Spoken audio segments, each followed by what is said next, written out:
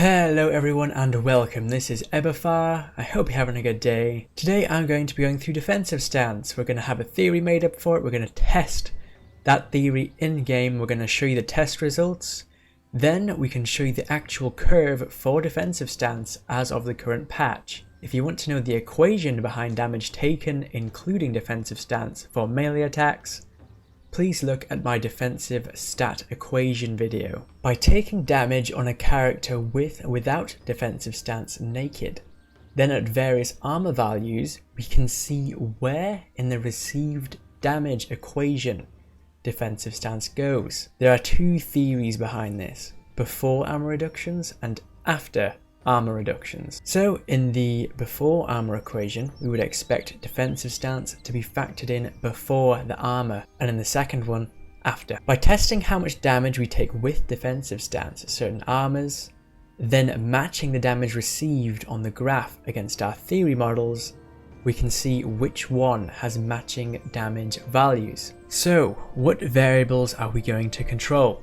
Damage taken is slightly RNG. However, we can control this using similar character positions alongside a robot like Tiny Task. Cannot use humans, otherwise it would invalidate all results. All testers must be stationary, all character skills and stats must be the same, and there must be no other factors to skew our results. Here are the two theories with the before armor reduction and after armor reduction. As you can see, we have the theoretical values on the top in the table, and then on the bottom I've put the actual tested damage with defensive stance. Against these models we can see that the actual damage taken in game matches the model for defensive stance being calculated after armor reductions. In the before model, you would be expected to take 20% more damage at 72 armor stat, which is a massive difference. So how good is defensive stance?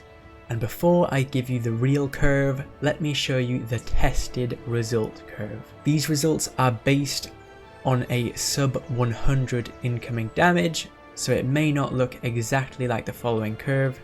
However, as you can see, defensive stance becomes much better at the higher defense values or lower incoming damage values. Here is the actual curve for defensive stance. So this is showing you the curve for 100 incoming damage. For an incoming damage lower than this, the curve would be much different. It would show the damage reduction being much higher, and for higher incoming damage, the damage reduction would be slightly lower. However, overall, we can see that defensive stance is exponentially more valuable with better armor.